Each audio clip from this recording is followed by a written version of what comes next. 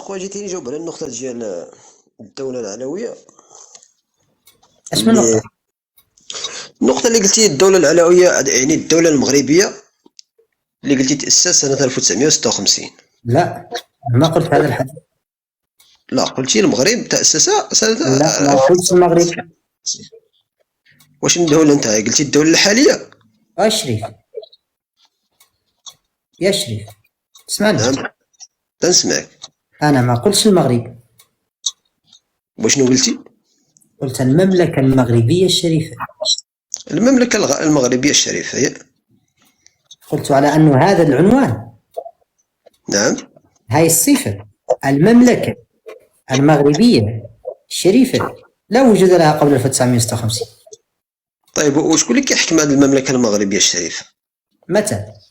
لا، شكون اللي كيحكمها حاليا؟ شكون الحاكم ديالها؟ الحاكمين ديالها هو العلويين. طيب هما العلويين. ايوه. لا زالت السلالة العلوية منذ زمان لحد الآن باقية. وشكون اللي دار فيها شي حاجة هاي؟ لا، والعلويين امتى بداو الحكم ديالهم في المنطقة؟ واش تقدر تقريني التاريخ ديالها؟ انا ما نقريك لا التاريخ لا والو، حنا دابا نمشيو معاك غير. سألني هذا السؤال، شكون اللي تحدث عن العلويين؟ وانت قلتي دابا راه هو اللي حكم هذه السميه. وشريف نعم الشريف. شكون اللي تحدث عن العلويين؟ شكون؟ ودابا انت تحدث عن العلويين؟ راه العلويين هما اللي حاكمين الدولة الحالية، صح؟ واش دخلني انا؟ كيفاش واش دخلك؟ انا قلت لك بالحرف الواحد المملكة المغربية الشريفة لا وجود لها قبل 1956.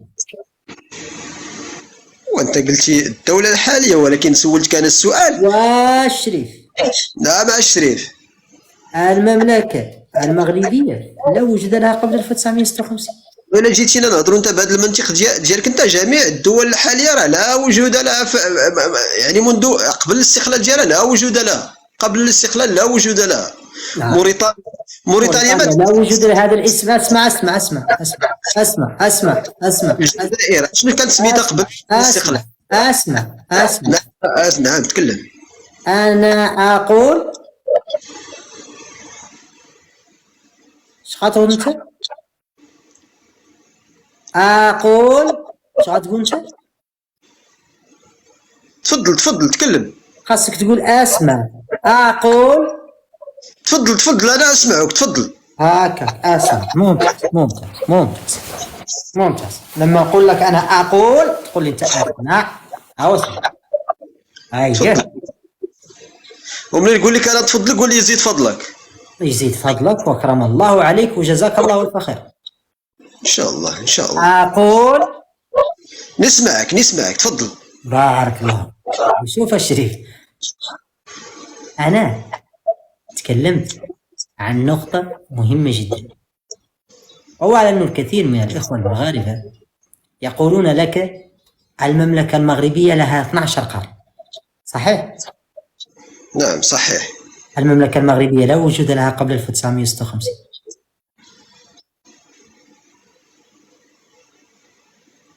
ومن كان يحكم المغرب آنذاك؟ يا أستاذ الكريم، إشكاليتكم الحقيقية على أنكم لا تستطيعون توظيف المصطلحات في محلها. واضح؟ لما نقدم لك نقطة وجيهة لازم أنك تركز فيها. أنت العلويين ديالك هذو قبل مجيء الفرنسيين لم تكن لهم قيمة. كيف لم تكن لهم قيمة؟ اشرح هذه. يحكمون إمارتين فقط، وإحدى الإمارتين التي هي مراكش أخذها منهم رجل موريتاني وأسس جيشا من المغاربة قوامه 9000 مجاهد وبايعه المغاربة. نتكلم لك أنا. تفضل أنا نسمعك. هذه الإمارة الثانية اللي اسمها إمارة مراكش أخذها سنة 1912، أخذها رجل موريتاني وأسس جيش نعرف عنه يسجل. يا سلام الوالي، أنا ما هو دارك لي عنه يسجل. ذاك عارفه، خليه يسجل تاريخه. وأسس جيش من المغاربة قوامه 9000 مجاهد وبايعه المغاربة سلطان عليه. والعلويين بنوا مملكتهم على التآمر وما كانت عندهم شرعية. تآمر على من؟ على شعب المنطقة في حد ذاتها، على شعب الريف، وعلى شعوب المنطقة الأخرى.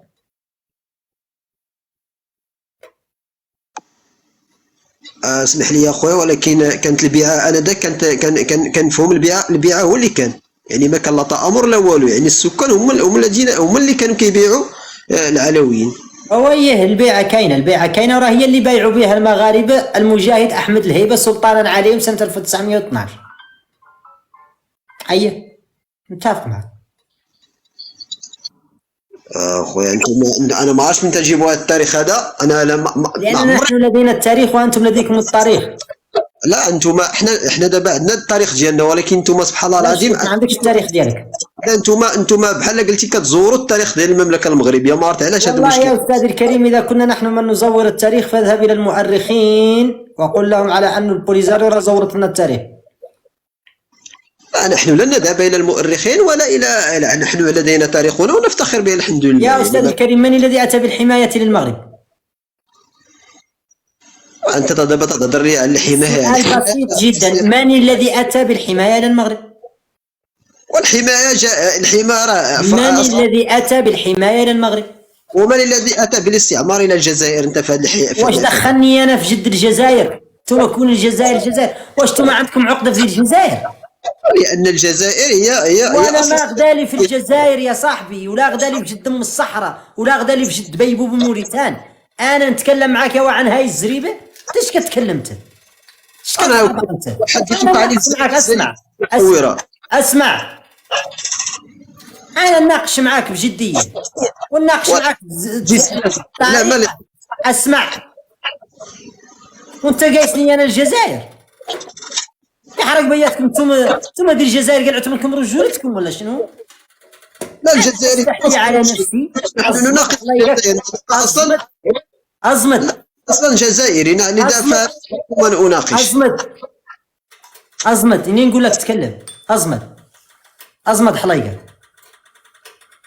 يحرق بيكم انتم مالكم. توا حتى تتناقش معاه تاريخ زريبته هو قاعد طاير لي انا شغل الجزائر. يا اخي انتم الى عاد متعقدتكم هذه الجزائر قيسوا منصات الجزائريين وناقشوا معاهم. وعودوا رجاله وناظروا الجزائريين،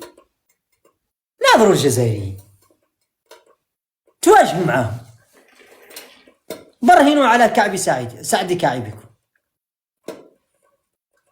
انا نناقش معاك زريبتك وتاريخك المزيف وانت طاير. سؤالي هو من الذي اتى بالحمايه الفرنسيه للمغرب؟ ما عنده علاقه بالجزائر ولا بالصحراء ولا بموريتان ولا بالمريخ.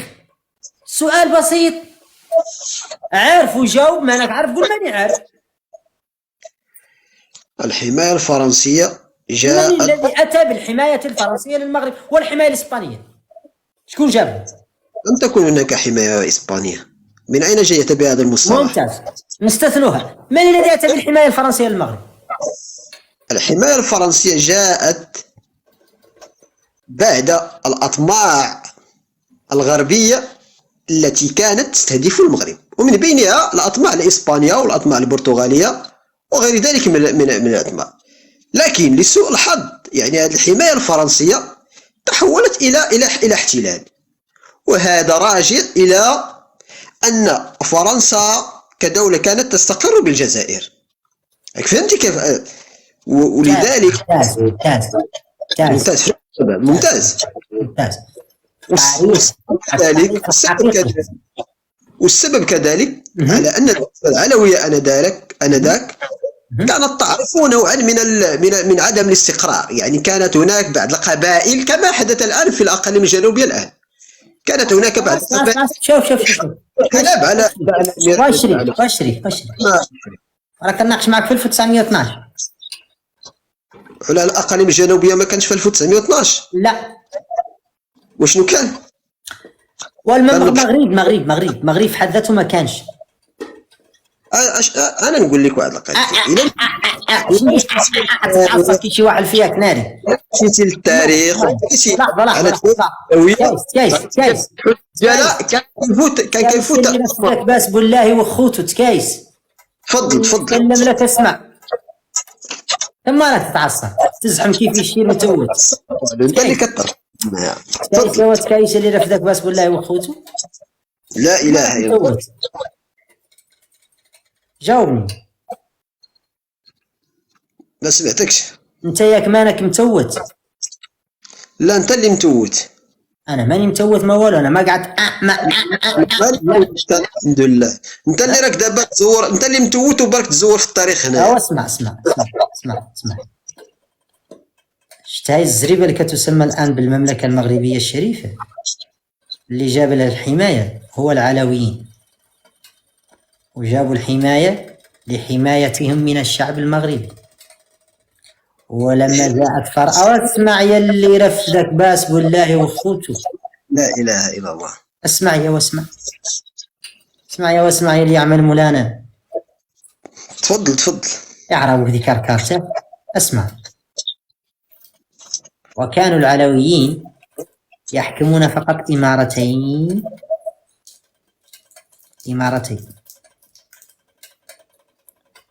نضيف لك قبل مجيء حتى الحماية الفرنسية